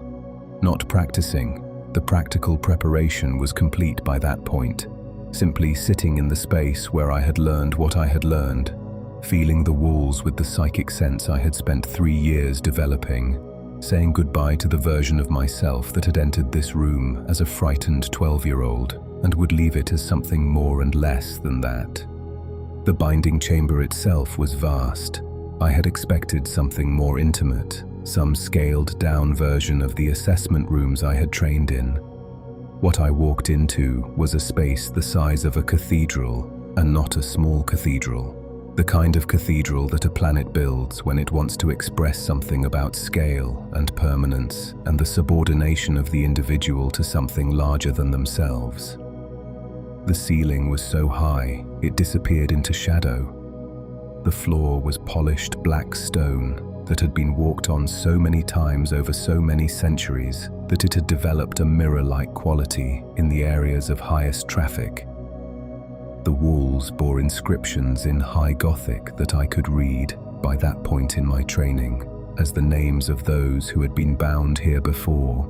Thousands of names in rows so tight that the wall was more text than stone, going up as far as the light reached and presumably continuing beyond. The binding apparatus was at the center of the chamber. I will not try to describe it in detail because I'm not certain I have the technical vocabulary to do it accurately, and I do not wish to be inaccurate about this. What I can say is that it involved the candidate being positioned in a specific configuration relative to a structure of considerable complexity, and that the structure was clearly very old and had been modified and repaired many times over its lifespan, and that the people who operated it moved around it with the careful reverence of people tending something they regard as sacred. The senior binding officer was a woman of indeterminate age who bore the marks of her own long service in ways I recognized from Master Sevra: the altered eyes, the particular kind of stillness that came from years of maintaining shielding at a high level in an environment of continuous psychic pressure. She briefed us collectively one final time. She described the stages of the procedure. She answered questions from those who had them. She spoke with the calm precision of profound experience, and I felt in her the same quality I had felt in Master Sevra, the quality of someone who had processed what they did and what it meant, and had arrived at a kind of peace with it that was not comfortable exactly, but was sustainable. Then they began. The binding was not what I expected, despite the briefings. Nothing that involves direct contact with the Emperor's psychic presence is what you expect, no matter how thoroughly you are prepared, because there is no adequate preparation for proximity to something of that magnitude. The briefings are accurate in their way, accurate in the way that a description of the ocean is accurate when given to someone who has only ever seen rivers. Every individual fact may be correct, and the whole may still convey nothing useful about what it is actually like to stand at the shoreline. When the Emperor touched my mind, it was like standing in darkness and having a sunrise directly in front of your face. Not a distant sun, not a sun seen from the comfortable distance of a planet that has an atmosphere to mediate the light. A sun at very close range, a source of light so immense and so immediate that there is no space between you and it, no room to shield your eyes, no possibility of looking away. Everything was the light. Everything was the heat of it, and the weight of it, and the presence of it, a presence so vast that the word presence becomes inadequate, that every word becomes inadequate, because there is no human vocabulary built to handle the experience of being noticed by something that large. And he did notice me. I want to be precise about this. The soul binding procedure is not a one-sided process, not purely the binding officers using technical means to expose a candidate to a predetermined amount of the Emperor's psychic energy. The Emperor participates, not actively, not in the way of a conscious being directing deliberate attention toward each individual candidate. The scale makes that kind of individual attention impossible. But his awareness, diffuse and vast, extends through the binding apparatus and touches each candidate in a way that is specific to them. He knows what he touches. He assesses it the way a vast intelligence might assess a very small thing, not through focused examination, but through the totality of contact, the way a hand knows the shape of an object it closes around. He knew me. In the moment of binding, he knew me. Knew the 12-year-old boy on Caldris Secundus who had made a pot fly off a stove in fright. Knew the frightened child in the Arbites, holding cells, who had sat quietly and tried to understand what was happening to him. Knew the 3 years in the Scholastica and the walls built stone by stone in the architecture of my mind, and the specific texture of the telekinetic ability and the empathic sensitivity and the precognitive flashes and every single manifestation of whatever it was I was. He knew me completely and immediately and without effort. And the knowledge was not personal in any way I can describe as warmth or care or interest. It was simply complete. And then he restructured me around the contact. This is where the briefings fell short, most significantly, because what the briefings called restructuring is a word that adequately describes the outcome, but does not at all describe the experience. Restructuring implies a process with identifiable stages, with a beginning and a middle and an end, with parts that you are present for and parts that you are not. What actually happened was that the person I had been for 15 years was simultaneously maintained and fundamentally altered in a way that happened all at once and left no clear boundary between the before and the after. I was who I had always been. I was also now something the Emperor had touched, and things the Emperor touches do not emerge from the contact unchanged. My physical sight went. This happens quickly, and it does not hurt the way you might expect, because the optic nerves are not burned in the physical sense, but rather redirected in the psychic one, their function absorbed into something that is adjacent to sight but is not sight, a perception that processes the same spatial information through entirely different means. In the first moments after the binding, I stood in the binding chamber, and I could not see the chamber in the ordinary way, but I could feel it, could feel the shape of the air in it, and the positions of the other people in it, and the surfaces and distances and objects, could feel all of this with a precision that was in many respects superior to what physical sight had given me, though it was also strange in ways I have not entirely stopped finding strange even after many years. I could feel the Emperor. Not personally, not as a presence directing attention toward me specifically, but as the light of him permeated everything around me now in a way that it had not before. The binding had calibrated my psychic sensitivity in relation to his presence, the way a compass is calibrated in relation to magnetic north. I knew where he was, the way you know where your own heartbeat is, a constant background awareness that did not demand attention but was always there, always available, a reference point that had been built into me in a place deeper than thought. I also felt, for the first time since the Arbite's binders had gone on my wrists in the Hive Caldris Secundus, the full weight of the Astronomican. Not the distant awareness of it I had had from orbit, not the suppressed sensing of it through years of Scholastica training, the full thing. The beacon, as it was, experienced from inside the Psyker network of Holy Terra, which is to say as something enormous and immediate and burning with a light that was also pain, also sacrifice, also the continuous and ancient and terrible consumption of human psychic potential transformed into guidance for the ships crossing the void. 1,000 souls, every day, for 10,000 years.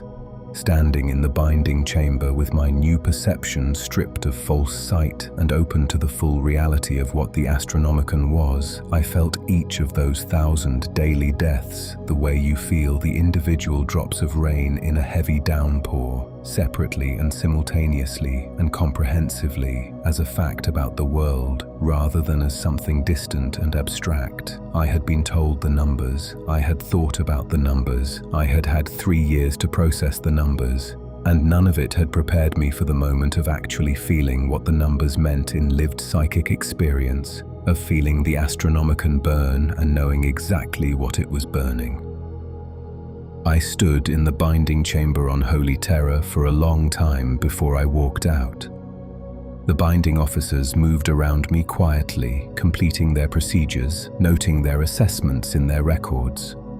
The other candidates who had been bound in the same session moved around me as well, each processing their own experience in their own way. Some were weeping, some were very still. One woman was laughing, a sound that contained too much complexity to be called purely joyful or purely hysterical, a sound that I understood immediately as the sound of someone who has just had an enormous certainty dropped on them and has not yet worked out how to carry it. I was assigned to astropathic service, not the choir. Master Savra's hope had been justified. I learned this at the debrief session with the binding officers 2 days after the procedure, when the most acute effects had settled enough for a coherent conversation to be possible. Epsilon-grade potential with the specific gift profile I had developed, the telekinetic precision and the empathic reading and the shielding architecture was assessed as more valuable in the long-duration communication role than in the choir. The choir needed raw power sustained over time. The astropathic service needed precision and stability over longer periods. The choir would consume me in 2 years. The astropathic service would consume me more slowly. A decade, perhaps 2, before the accumulated strain of long-range psychic communication ground the ability down past the point of function. This is the arithmetic of Psyker service, and I had known it for years. The slower consumption was, in objective terms, better. More years, more experience, more of whatever constituted a life in these circumstances. I accepted the assignment with the composure I had spent 3 years training myself to maintain. The life of a serving astropath on Holy Terra is different from the life of a serving astropath anywhere else in the Imperium.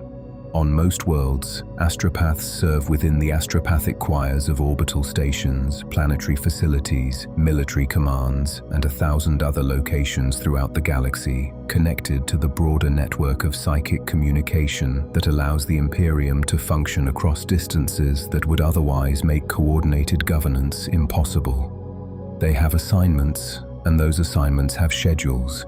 And between communication sessions, there are hours and sometimes days of ordinary existence, of meals and sleep and the human texture of life that even very unusual people still require. On Holy Terra, the astropaths who serve within the palace complex have a different quality of existence because they serve within the hub of the network, the point from which all the threads radiate outward, and the hub never stops requiring attention. The volume of communication flowing through the Holy Terra astropathic relay at any given moment, in any direction, from any point in the galaxy to any other point that routes through the relay, is enormous beyond straightforward comprehension.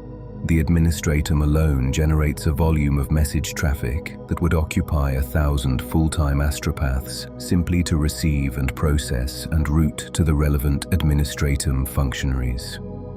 Add the military communications and the inquisitorial traffic and the church's networks and the 10,000 other institutional channels that flow through the hub, and you begin to understand why the astropathic chambers of the Imperial Palace are staffed at all hours of every day by hundreds of practitioners at various levels of seniority, arranged in hierarchical relay structures of considerable complexity. I served in this system for 11 years. I will try to describe what those 11 years were like in ways that are accurate rather than simply dramatic, because the truth of it is dramatic enough without embellishment. The first 2 years after my binding were training years still, in the sense that I was working with senior astropaths on live traffic rather than practice exercises, learning the specific protocols of the relay system and the technical aspects of long-range psychic communication that were distinct from anything covered in the Scholastica, and developing what you could call professional fluency in the application of my abilities to the specific demands of the role. This period was challenging in the way that any intense learning curve is challenging, compounded by the fact that the learning was happening in a psychically rich environment that taxed the shielding and the new perceptual adaptations of the post-binding mind in ways that training in the Scholastica had not quite replicated. The communication itself is something I will try to describe, even though describing it accurately to someone without the experience is genuinely difficult. Sending a psychic message across interstellar distances is not like speaking and being heard from far away. The warp does not transmit signal the way electromagnetic radiation transmits signal. The warp is the medium of consciousness, and psychic communication uses consciousness as its carrier, which means that what you are sending is not words but meaning, not sound but intent, compressed and projected through the connection to the warp that the soul binding has attuned you to receiving and transmitting. The receiving astropath on the other end does not hear your words. They receive your meaning and translate it into language. And the translation is imperfect in ways that are unavoidable and that the protocols of astropathic communication are designed to minimize. Long-range communication to distant systems takes effort in proportion to the distance and the strength of the prevailing warp conditions between sender and receiver. A relatively close system with calm warp conditions might take minutes of focused projection. A system on the far side of the galaxy, during a period of warp storm activity, might take hours, or might simply be impossible. A message sent into darkness and lost somewhere in the static of the immaterium. This is why astropaths burn out, not because any individual communication is necessarily lethal in isolation. but because the cumulative effect of years of sustained effort, of hundreds and thousands of individual sessions of deliberate warp engagement, grinds down the psychic structures of even a well-trained mind, the shielding weathers. I noticed this first at approximately the 3-year mark of active service, a gradual but perceptible change in the quality of my shielding maintenance. Not a failure, nothing sudden, simply the slow erosion of the walls by the constant pressure of the environment they were built to contain.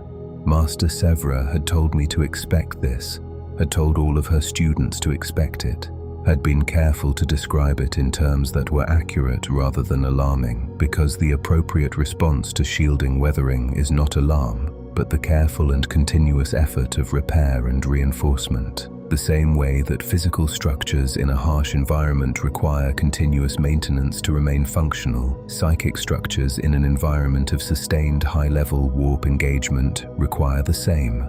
I maintained, I repaired, I reinforced, and for several years the maintenance was sufficient, and the service continued, and the work accumulated in the way that work always accumulates when you are good at it and reliable, and the institution that employs you notices these qualities and adjusts its demands accordingly. I worked with messages that changed the fate of wars. Distress calls from worlds under siege, received and relayed to military commands that might or might not have the resources to respond in time. Diplomatic communications between planetary governors that determined alliance and conflict across regions of space I had never visited and would never visit. Intelligence reports from inquisitorial operatives in the field, received in compressed and encoded psychic form and passed through multiple relay points before reaching their intended recipients. Military orders that directed the movement of forces across the void on campaigns that would unfold over years or decades, while I continued to sit in the relay chamber and transmit and receive, the endless flow of humanity's necessities passing through me like water through a conduit. There were colleagues in those years. I want to write about them because the tendency in accounts of Psyker service is to focus on the institutional experience, on the machinery of the Telepathica and the mechanics of psychic ability and the formal procedures of binding and assessment and service rotation, and to lose in that focus the fact that there were people in it. Ordinary people in most of the ways that mattered, shaped by their extraordinary circumstances but not defined only by them, possessing the full range of human personality and quirk and occasional absurdity that people anywhere possess. Rannan was a man from a void-born family who had grown up on a transport vessel and whose relationship with enclosed spaces was visibly different from those of us raised on planetary surfaces, his comfort with the close quarters of the relay chambers contrasting with a subtle unease in any room with windows. He had been serving for 6 years when I arrived at the relay, and he taught me the specific protocols of the Holy Terra relay system with the patient expertise of someone who had learned something thoroughly enough to teach it, which is a different and deeper kind of knowing than simply being able to do it yourself. He had a manner of absolute stillness when he was projecting that I envied and tried to emulate, a quality of complete internalization that shut out the ambient psychic noise of the chamber as effectively as anything the shielding alone could achieve. Sarahi was an older woman from a feudal world who had joined the Telepathica later than most and who had consequently spent fewer years in training and carried herself with a directness that the longer-trained practitioners sometimes found abrupt. She was the best receiver in our relay section, able to reconstruct fragmented or corrupted transmissions from distant systems with an accuracy that the assessment teams measured periodically with genuine professional interest. She had been bound 12 years before I arrived, and her eyes were very deeply golden, a color that had long passed the lighter amber of newly bound astropaths into something richer and stranger, like old metal rather than new light. She was kind in the way that people who have survived a great deal are sometimes kind, with a practicality to it that made the kindness feel reliable rather than conditional. There was a young man from Kar Dunyash whose name in the local dialect was unpronounceable to most of the relay section and who had chosen a transliterated version for daily use, but who I always thought of by his actual name, the sound of it familiar to me from my empathic sensitivity in a way that the transliteration was not. He was very young for full relay service, 18 standard years, recently bound, still adjusting to the post-binding perceptual shift in ways that were visible from the outside to anyone paying attention. He made mistakes in his first months that he then corrected with the speed of someone genuinely talented, and he had a habit when he was deep in projection of humming very quietly at the threshold of audibility, a sound he was apparently unaware of making and which the rest of the relay section had silently agreed never to mention because it was harmless and seemed to be part of how his particular mind managed the state of psychic projection. I learned things in those years, not things I was told, but things that arrived as the unavoidable byproduct of handling the psychic weight of 10,000 different communications over 11 years of service, things about the Imperium as it actually existed, rather than as it was described in the primers and proclamations that the Administratum produced for general circulation. I learned the texture of desperation, the specific quality of a message transmitted by an astropath who knows they may not live to confirm receipt, who packs everything into the projection with a completeness that bypasses the usual protocols because there is no time for protocol and perhaps no second chance. I learned the quality of official denial, the particular flatness of messages that contained deliberately incomplete information that were crafted with the specific goal of saying something true while concealing something truer. I learned the quality of faith, which was something I had thought I understood from the scholar lessons and the Telepathica's orientation briefings and 3 years in the Scholastica, and which I discovered I had understood only in the abstract. The faith of ordinary people in the God Emperor, received as the ambient emotional content of 1,000 different communications from 1,000 different worlds, has a texture that is both more and less than the formal descriptions of it suggest. More because it is genuinely felt and genuinely sustaining and genuinely matters to the people who hold it, gives them something to stand on in circumstances that would otherwise offer no foundation. Less because it is also shot through with fear and doubt and the particular cognitive adjustments that people make when they need to believe something badly enough that evidence to the contrary gets quietly set aside. By the 7th year, I was a senior relay astropath, which meant I handled the highest priority traffic and supervised the work of more recently bound colleagues and served on the rotation of astropaths who were on call for emergency communications at all hours. This was both a recognition of competence and an increase in the rate of consumption. Higher priority traffic was more demanding, more hours of active projection and reception, more sustained effort. The shielding, which I had maintained and repaired diligently for 7 years, had begun to show weathering of a kind that no amount of maintenance could fully address. The deep structural changes that came from years of sustained high-level psychic engagement rather than from any particular event or failure. At year 8, I began experiencing intrusions during off-cycle rest periods. Not the warp-influenced dreams of my earliest uncontrolled manifestations, not the relatively contained warp adjacents of the practical assessment sessions in the Scholastica. These were intrusions of a different quality, the product of shielding that had been maintained under sustained pressure for long enough that its deep layers had begun to develop the micro-fractures that the Telepathica's senior medics called late-stage erosion. Small things pressed in during the quieter hours.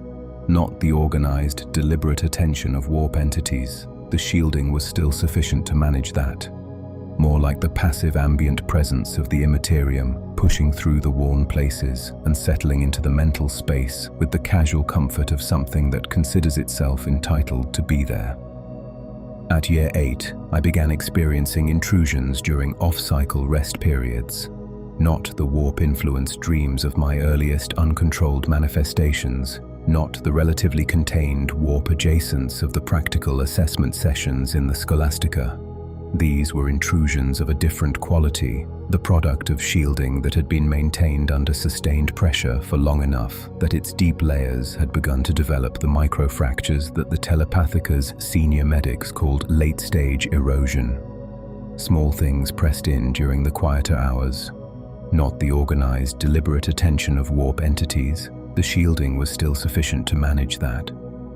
More like the passive ambient presence of the immaterium pushing through the worn places and settling into the mental space with the casual comfort of something that considers itself entitled to be there.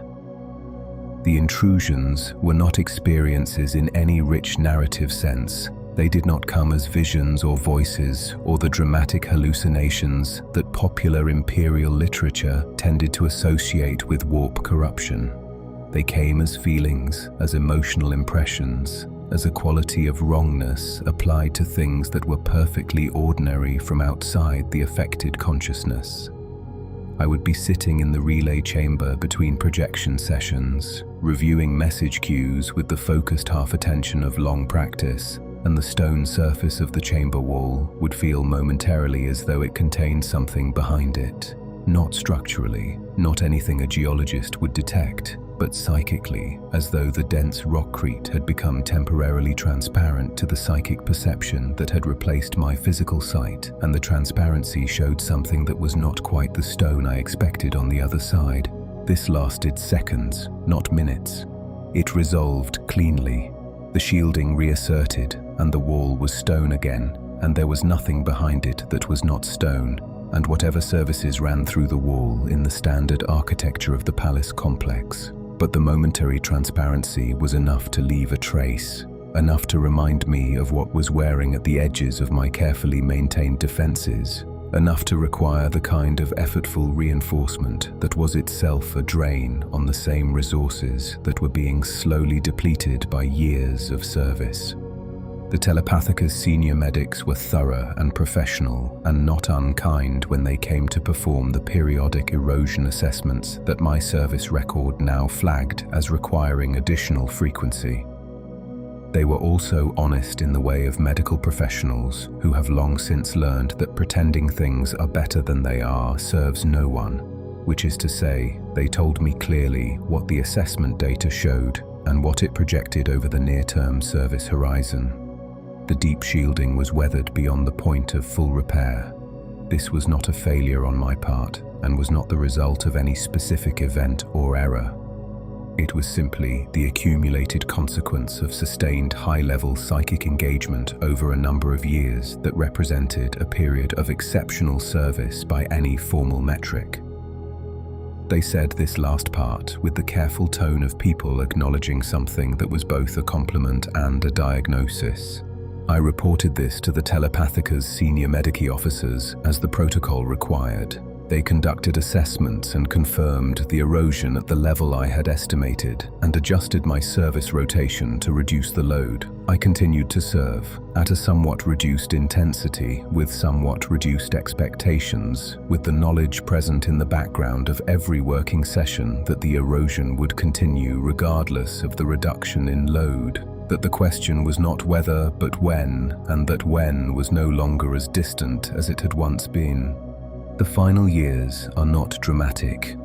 I want to record this because the instinct in telling a story of this kind is to build to a dramatic climax, to a moment of crisis or revelation or sacrifice that gives the whole thing a narrative shape that makes it feel meaningful in the way that stories are supposed to feel meaningful. The final years of a Psyker's service do not generally work this way. They are instead a gradual process of diminishment that is experienced from the inside as a slow departure from a version of yourself that you became accustomed to over the years of training and service. The way a person experiencing physical aging becomes gradually accustomed to doing things more slowly, to needing more rest, to the particular calculus of reduced capacity and continuing purpose that characterizes the later phases of any life of sustained effort. The relay chamber where I had worked for 11 years began to feel different in the final months of active service. Not in any physical way, the stone was the same stone. The hum of the life support systems was the same hum. The low warmth of the lumens above the projection stations was the same warmth, but the psychic texture of the room had shifted in my perception, or rather, my perception of it had shifted. The room itself unchanged, and my ability to read it changed by the ongoing weathering of the senses that had read it. It was like the difference between reading text with clear eyes and reading it through glass that has begun to fog at the edges. The center still clear, the edges increasingly soft, the soft region expanding inward slowly and without haste. My senior colleagues noticed before I acknowledged it formally. Rannan had retired from active relay service 2 years earlier, his own shielding having reached a comparable stage of erosion, and was serving in a training advisory capacity that was both gentler on his remaining ability and valuable in the way that deep experience is always valuable when it can be directed toward developing the next generation of practitioners. He visited the relay chamber periodically to consult with active staff on complex transmission challenges, and when he visited in my final year of service, he looked at me with the eyes of someone who recognized what he was seeing because he had recently looked at the same thing in a mirror, and he said nothing because there was nothing that needed to be said, and the recognition itself was enough. Sarahi had retired before Rannan, her 12-year head start in service having brought her to the threshold of viable function before either of us. She sent a written message when word of my approaching transition reached her, delivered through the internal courier system of the palace complex, a message of 3 sentences in her characteristic direct prose that said, "You served well, which is all that can be asked. The relay is better for your years in it. Rest when rest is available to you." 3 sentences from a woman of very few unnecessary words, and the 3 sentences said what they needed to say and nothing more, and I read them 3 times and set them aside and did not read them again because reading them again would not change what they said, and the content was already present in me more completely than further readings would have made it. My ability became unreliable. Not absent, not suddenly or dramatically, but unreliable in the way that a tool becomes unreliable when it has been used past the tolerance of its construction. Communications that had previously taken an hour now took 3. Projections that had been crisp and precise now arrived at their destinations fragmented, requiring multiple transmissions to reconstruct the intended message. The empathic sensitivity, which had always been the most ambient and least controlled aspect of my gift, became less selective, admitting emotional content from nearby people with a bandwidth that the shielding could no longer fully manage, the way a filter becomes less effective as it fills, and the warp felt closer. This is the thing that is hardest to describe to someone who has not experienced it. For a young Psyker, even an epsilon grade with a wide-open connection, the warp exists at a distance defined by the shielding. It is present and available, but contained, manageable, the way a river is present in a properly constructed channel. For a Psyker whose shielding has worn past a certain threshold, the river is no longer quite in the channel. It is still mostly where it should be, but it is present at the edges of things, at the margins of ordinary consciousness, seeping in through the worn places with the particular patience of something that has been waiting to do this for a long time. Nothing entered through the worn places. I want to be clear about this because the obvious concern about shielding erosion is warp entity intrusion, and this is a real risk. And it is the risk that causes the Telepathica's Medicae officers to monitor erosion carefully and adjust service loads accordingly. I was monitored carefully and my load was adjusted and nothing entered.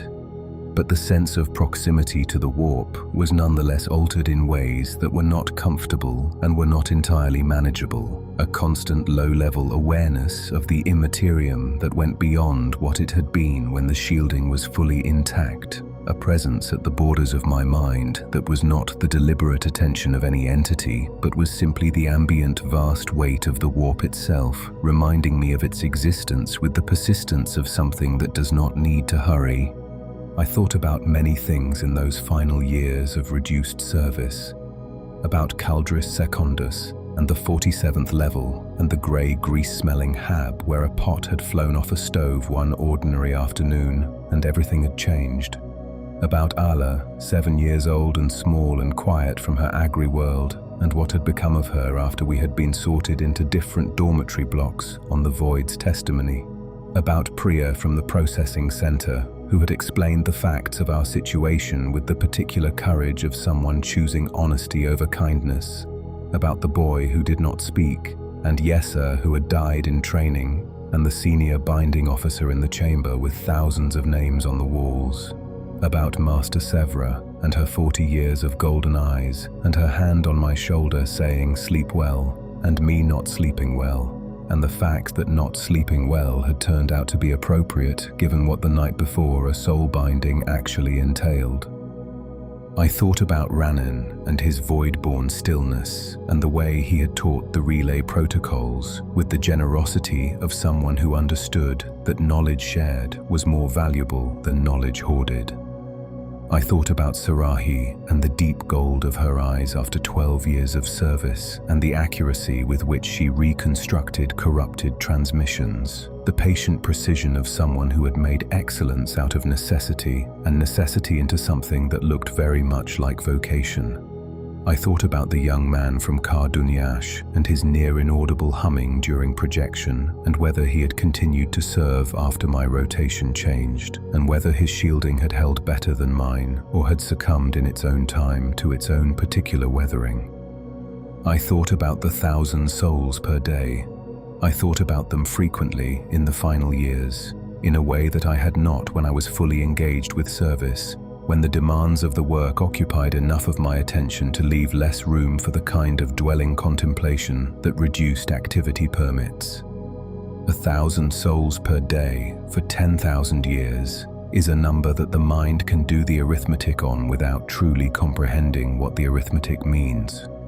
365,000 per standard year, 3.5 billion in a decade, 35 billion in a century, 350 billion in a millennium, 3.5 trillion over 10,000 years, the entire current population of a mid-sized sector of the Imperium, consumed by the throne in the 10 millennia of the current age of the Imperium alone, and more than that in the years before, in the long ages of the Emperor's vigil that preceded even the Horus heresy. These are not people who are mourned by name in any Imperium record that general citizens access. They do not have memorial walls like the binding chamber's walls of bound astropaths, whose names are at least inscribed somewhere.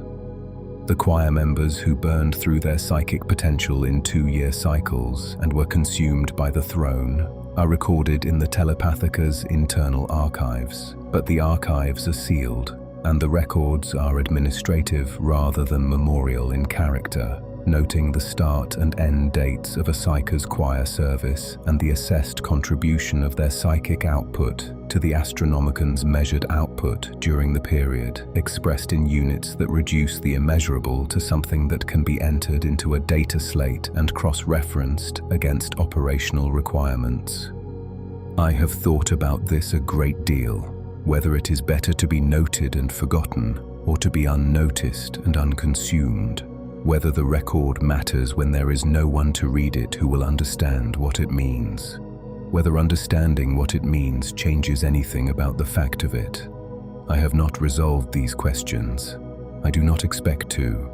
They are the kind of questions that do not resolve, that simply accompany you through the years of your life and change their quality as the years change, becoming less urgent and more familiar, and eventually simply part of the furniture of your interior life, always present, no longer demanding immediate attention. I thought about the Emperor not as a theological matter, not the formal and elaborate theology of the imperial cult that the ecclesiarchy maintained, and which I had watched from the particular vantage point of someone who had felt the Emperor's actual psychic presence and therefore had a reference point against which to assess the theological claims, as a simpler matter than that.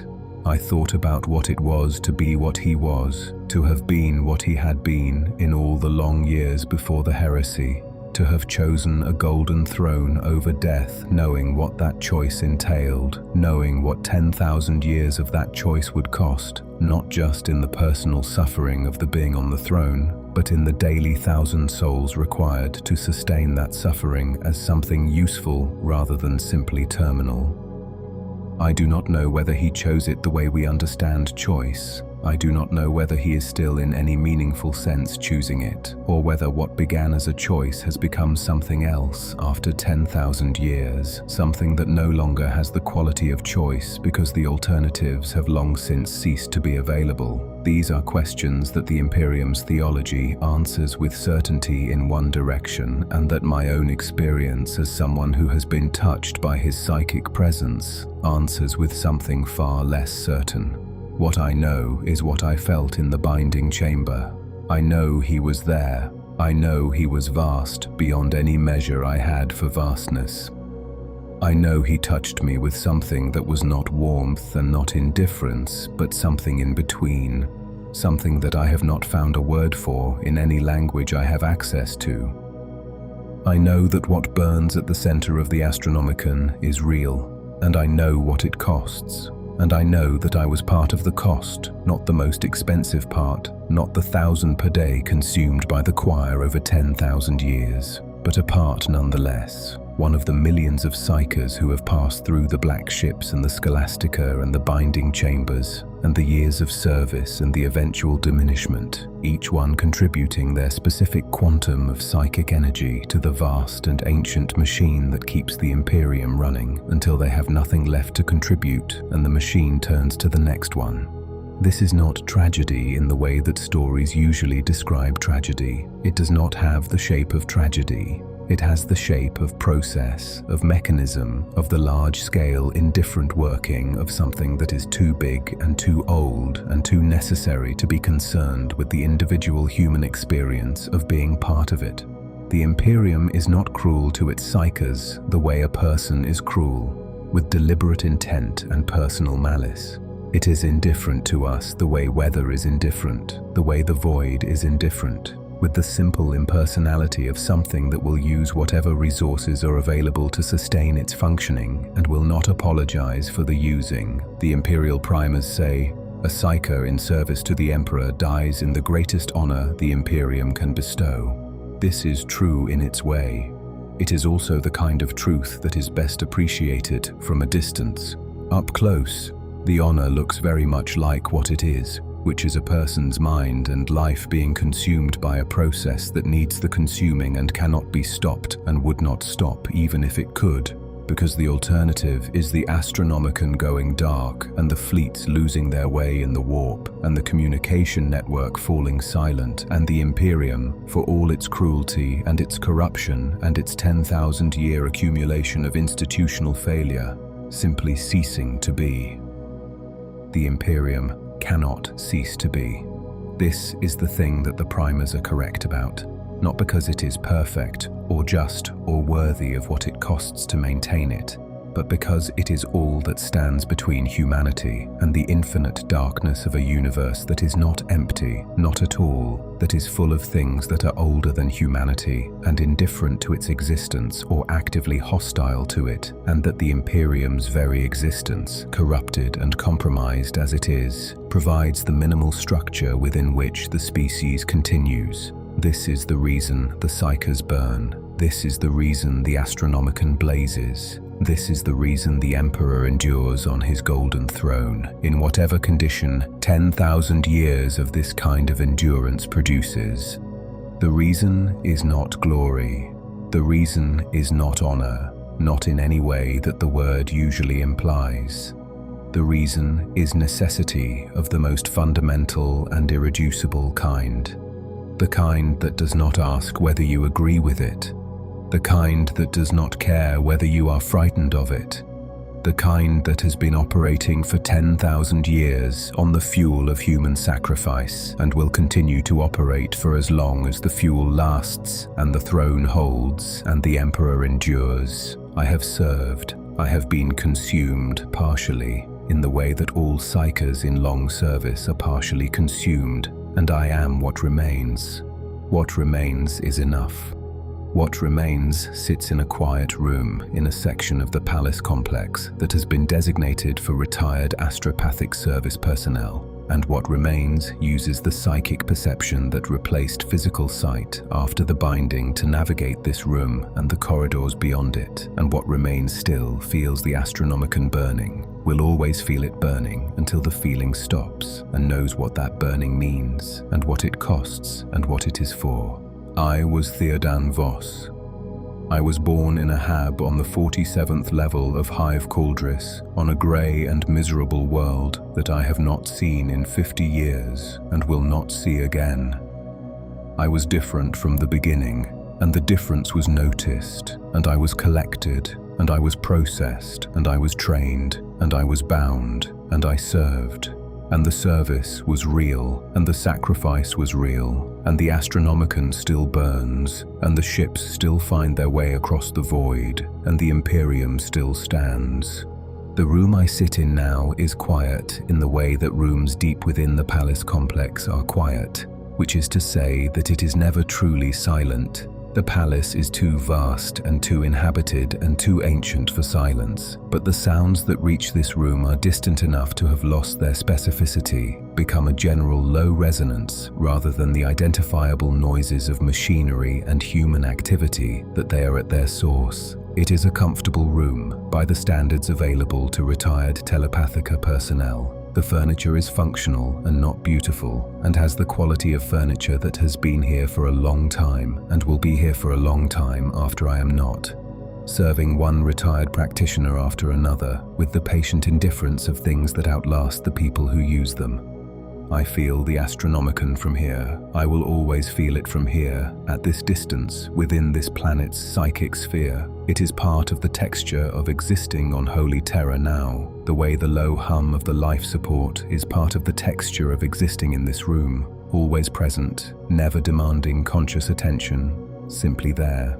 The 10,000 souls per year who pass through the choir and burn in its service are also always there, in a sense. Not individually, not memorially, but as the fuel that makes the feeling possible, the human psychic energy transformed into the lighthouse light that I feel burning behind the ambient warmth of the palace's psychic atmosphere. This is what it costs. This is the price of the light that guides you through the darkness. This is the life of a Psyker on Holy Terra. This is what we are. This is what we give. This is what you sleep to, in the dark, while the Astronomican burns. Remember what burns it. Remember us. The Astronomican does not care whether you remember. The Emperor on his throne does not require your gratitude or your acknowledgement or your sorrow on our behalf. The Imperium functions without reference to the feelings of the individuals who sustain it, and this is precisely what makes it the Imperium and not something smaller. But I am asking you to remember anyway, not because it changes anything, not because the memory helps us wherever we are now, the burned and the bound and the slowly diminished and the consumed, but because remembering the cost of a thing is the only honest way to understand its value, and the Astronomican is valuable beyond any scale I possess to measure it, and its value deserves to be understood honestly rather than simply taken as given. Sleep now. The light is burning. The ships are finding their way. The darkness is held back for another night. We are the reason.